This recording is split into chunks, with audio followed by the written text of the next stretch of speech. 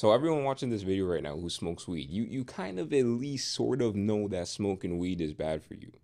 You kind of know, but yet you still smoke. So this video is going to be about why you still smoke weed even though you know it's pretty bad for you.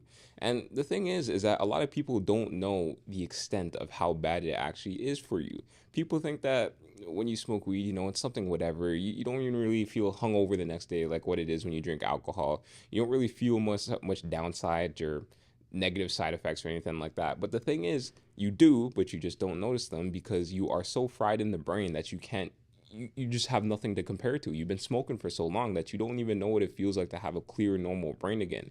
You don't know what it's like to be sober. So when you don't know what it's like to be normal, like normally sober and have a normal brain with normal brain chemistry, because smoking weed does screw up your brain chemistry, and I'll talk about that a bit later. You have nothing to compare to. So having that weed filled mind, just a fried brain with messed up brain chemistry, that becomes your new normal.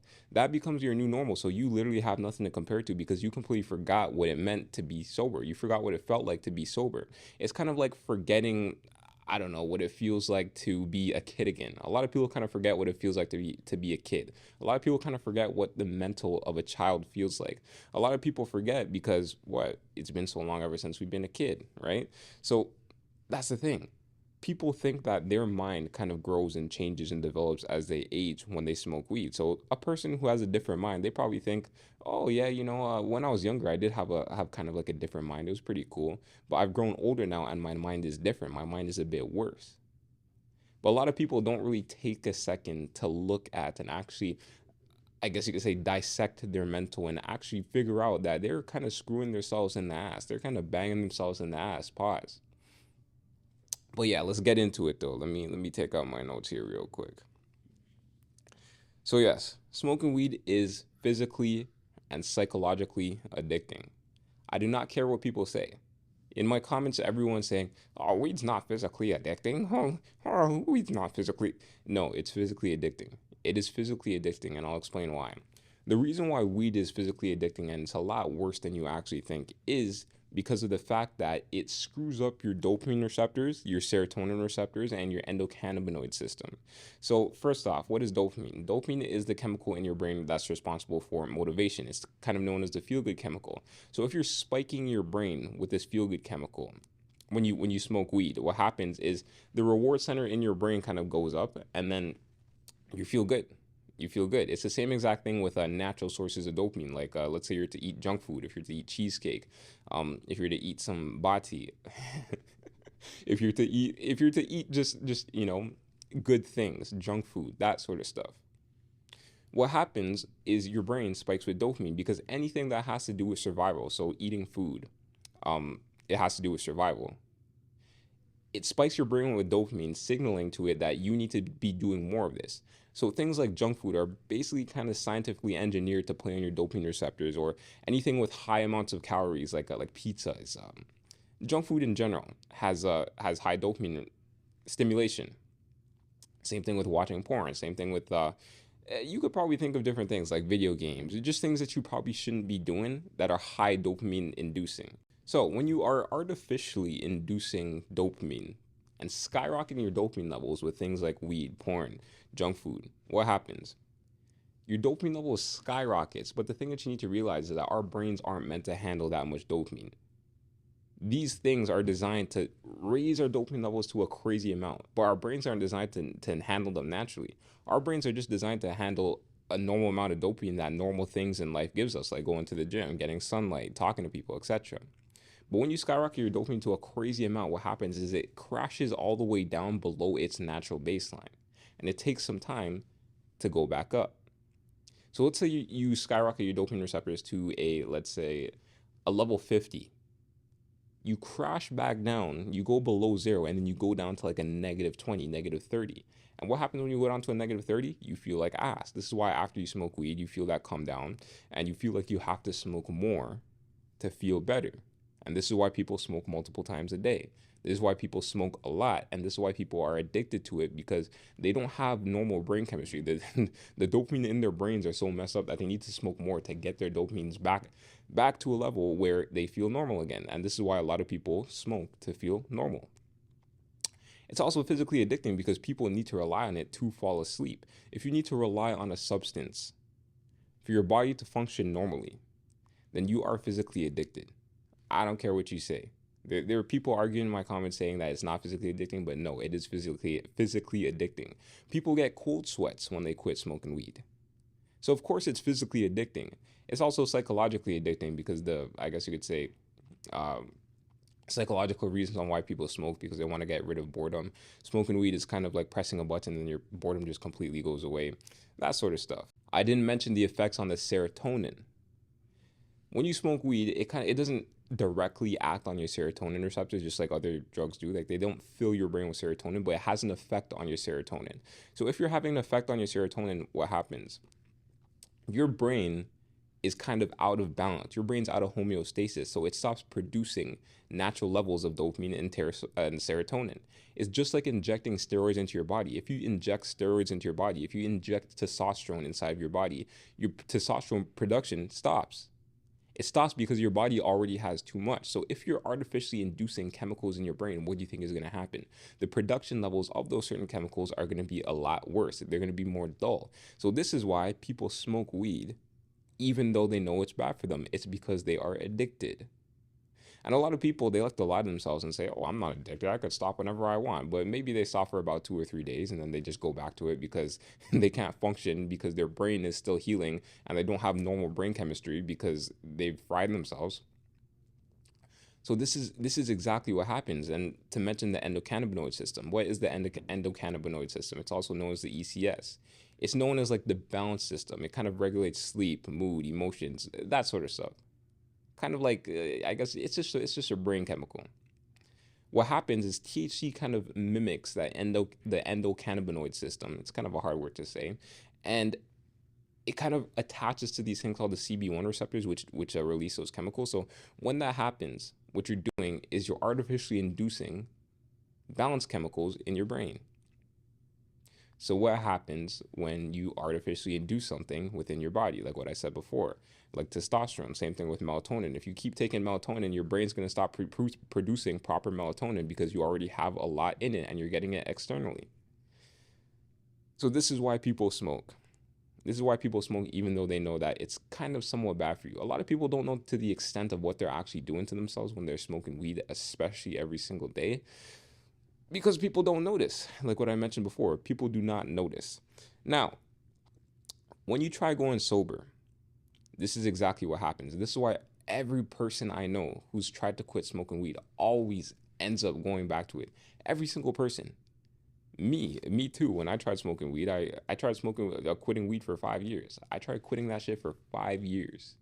It took me 5 years to actually fully quit smoking weed and get to the point where I could smoke like maybe once a year and I'll be fine and not go back to the addiction. But what happens when someone ends up quitting is they probably quit for about maybe 3 days, 4 days, maybe like a week at max. Let's say even 3 weeks at max.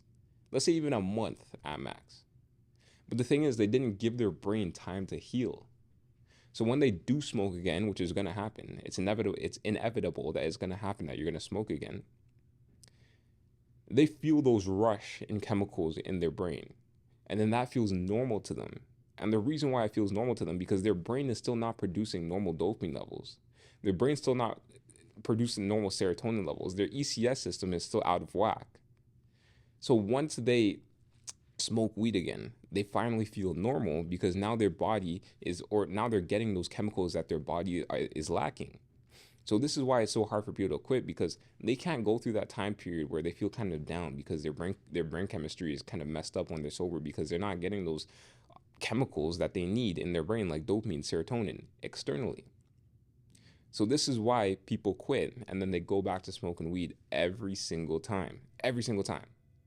I haven't seen one person who just quit weed just like that, unless it's a person who kind of went psycho off of smoking weed, like they got some sort of psychosis or skits or something like that. Even if some people know that smoking weed is kind of bad for them, maybe they kind of rationalize it, they justify it, they say something along the lines of, you know what, smoking weed, it's whatever, like I could smoke my whole life and I'll be completely fine. I've been fine up until now. I've been smoking weed for years and I've been fine. I've been smoking weed for 3 years and I've been fine. Look at Snoop Dogg. Look at Joe Rogan. Look at all these rappers who smoke. But they know inherently, kind of like in the back of their mind, that if they stop smoking weed, then their life would be 10 times better. They know it's something that they shouldn't be doing. Like, it's kind of hard to find one person who smokes weed who doesn't think that if they stop smoking weed, their life quality would improve. But this is the thing though, a lot of them don't know to the extent of how much their life quality would improve because they don't know what it's like to feel sober again. They don't know what it's like to have normal dopamine levels. They don't know what it's like to actually find joy within small things. They don't know what it's like to actually get dopamine rushes from talking to people and not having to smoke weed before you go ahead and talk to people and do things. Like me, when I was addicted to weed, I had to smoke before I went to the mall. I had to smoke before I went to a restaurant. I had to smoke before I watched a movie. If not, then I just wouldn't enjoy it because I'm like, what the fuck? I don't have the dopamine in my brain to enjoy this right now. So this is the thing that people don't realize. Weed makes you very, very, very comfortable. And the reason why it makes you comfortable is because once you smoke, all your problems go away. At the end of the day, once you hit that blunt, all your stresses kind of go away. It gets rid of boredom. It's literally a button that you could press and your boredom goes away. But it's slowly killing them because what's happening is they are not practicing their resilience against certain emotions like boredom. And a lot of people wouldn't say that boredom's an emotion, but it's something that's going on within your mind and body. So let's call it an emotion. It's something that you feel. You feel bored. So if you never feel bored, of course you're going to be comfortable. The reason why people even do things in the first place, the reason why men back in the day would conquer lands, the reason why men back in the day would conquer freaking cities, put dudes in horses or fake horses. Actually, maybe that's not a good example. Putting dudes in the Trojan horse. That's what I was getting at. But the reason why people did this stuff is because they were bored. They had nothing else to do. Once they had their food, shelter, water, whatever, they got females there, they're making babies, that sort of stuff. You know what they think? Yo, let's go over there, just walk as long as we can, and let's take it. They do that stuff because they're bored. So if you don't feel bored, of course you're not gonna want to do things. Of course you're not gonna want to level up your life. Of course you're not gonna want to build that business or maybe even try to get that promotion in your job because you're already fulfilled when you smoke weed. All the chemicals in your brain, it's artificially inducing the chemicals in your brain that make you feel satisfied. And really think about this. When you smoke weed, what are you really doing after you smoke weed? Like, be honest, you're watching some freaking explicit content. You're going on the websites and you're watching some, like dirty videos. So you're skyrocketing your dopamine even higher. After you're watching the dirty videos, what are you doing? You're watching some movies. You're watching some anime. You're watching some freaking, I don't know, maybe you're watching more dirty videos. I don't know. But yes, people skyrocket their dopamine levels to the point where they are comfortable. They're very comfortable, so that means that they're not bored. And if they're not bored, that means that they're not leveling up because they have no means to level up. If you're to just sit down in your room, you're gonna want to do something. If you're to sit down in your room and stare at a wall, of course you're gonna want to do something. You don't want to stare at the wall for freaking 30, 40 minutes or an hour. You're not gonna want to play outside. You're not gonna want to write down new ideas. You're not gonna want to pick up a new hobby. You're not gonna want to go to jujitsu class. You're not gonna want to pick up MMA. You're not gonna want to pick up a new skill. Because smoking weed becomes your new skill. I know it was for me. I used to be the type of person who would roll weed for everyone. They used to call me Ronin the Roller. I used to roll everyone's blunts back in the day, so it was definitely my skill. I used to sell it too. But yeah, you're barely floating above water, but you don't know it. This is the thing that people don't realize. Whenever you smoke weed, you're kind of bringing yourself close to rock bottom, but you don't realize it because it's kind of like I say this all the time. It's that analogy, or not even analogy. It's like a scientific experiment where they took a frog and then they placed it in a pot of hot water, or not hot water. They placed it in a pot of water. Then they put it on the stove, and it started to boil. They started to boil it. The frog never jumped out of the water. Why? Because I don't know how, but it just didn't know that it was in boiling water. It didn't know that it was getting hot. Because the water was slowly going up, it kind of acclimated to the certain temperature that the water was at, which made it feel comfortable going to the next stage of hotness, going to a higher temperature. So it's the exact same thing with weed. When you first start smoking weed, it's kind of like, yeah, it's whatever, it's cool. But then your brain chemistry is slowly fading away. You're kind of slowly frying your brain, but you get used to that over time. And once you get used to it, you start to think, yeah, it's whatever, it's normal anyways. And you go so far gone without even realizing it, to the point where your brain is fried. And I see this with so many people. I've been a barber for 10 years. So I've seen hundreds of people, and I know a lot of stoners. It's a night and day difference. Before they started smoking weed and after they started smoking weed, it's a night and day difference. And a lot of people don't have the mental capacity or mental awareness to even think, or to even know, or to even think about what they were like before they were sober. I mean, before they started smoking weed. Like, before I started smoking weed, I was a super vibrant dude. I was a very talkative guy. I used to laugh a lot. I used to be very energetic. But after I started smoking weed, and you could ask some of my friends this, or you can even ask my family, like, I became very isolated and very, like, quiet and very, antisocial and awkward. And you don't really realize this unless you ask someone else who's seen the change, who's known you for long enough to see the change over the years. So yeah, this is something to really think about. Like, you yourself don't know the change that has happened. So you really have to sit down and think to yourself. You really have to sit down and kind of like diagnose yourself. Think, what was I like before I started smoking weed? And a lot of people, they can't even remember because they've been smoking weed for so long. But really think to yourself, what was my personality like before I started smoking weed? What was my vibrance like? What was my social skills like? What was my capacity to even feel things like? You're probably more sensitive to laughter. You're probably more sensitive to different emotions. But when you smoke weed, it's kind of like when you get addicted to weed, it just completely ruins that sensitivity to life. Now, after I quit smoking weed, I got back my vibrance. I got back to the mind that I was at before I started smoking weed. So I started to laugh more. I started to feel more vibrant. I started to feel better. I started to feel like the smallest things in life were stimulating. Walking in a park was stimulating. Walking in a park was not boring because I had the dopamine in my brain to even go ahead and enjoy those things. My brain chemistry wasn't messed up, so I could actually produce the chemicals in my brain that are meant to be that are used to make me feel good.